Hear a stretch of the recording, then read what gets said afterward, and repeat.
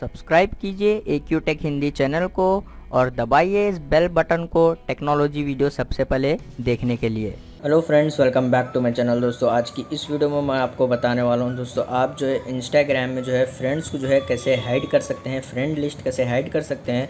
तो इस वीडियो में मैं आपको यही बताने वाला हूं दोस्तों। बहुत ही सिंपल स्टेप्स है, आप जो है इस स्टेप को फॉलो कीजिए। सबसे पहले आपको जो है इंस्टाग्राम ओपन करना है। उसके बाद दोस्तों आपको जो है यहाँ पर आपकी प्रोफाइल आइकन के ऊपर आपको क्लिक कर देना है। फिर आपको जो है यहाँ पर 3 लाइन्स के ऊपर आपको जो है क्लिक कर देना है।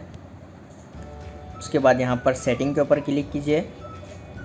फिर दोस्तों आपको जो है यहाँ पर प्राइवेसी के ऊपर क्लिक कर देना है। उसके बाद दोस्तों आप यहाँ पर देख सकते हैं प्राइवेट अकाउंट का जो ऑप्शन है, आप जो है इसको ऑन कीजिए। यहाँ से ऑन करने के बाद दोस्तों उसके बाद आपके पास जो है फ्रेंड लिस्ट जो है वो हाइड हो जाएगी। आपकी फ्रेंड लिस्ट जो है वो किसी को भी शो नहीं होगी। तो इसी तरीके से जो है आप इजीली इंस्टाग्राम में जो है फ्रेंड लिस्ट हाइड कर सकते हैं।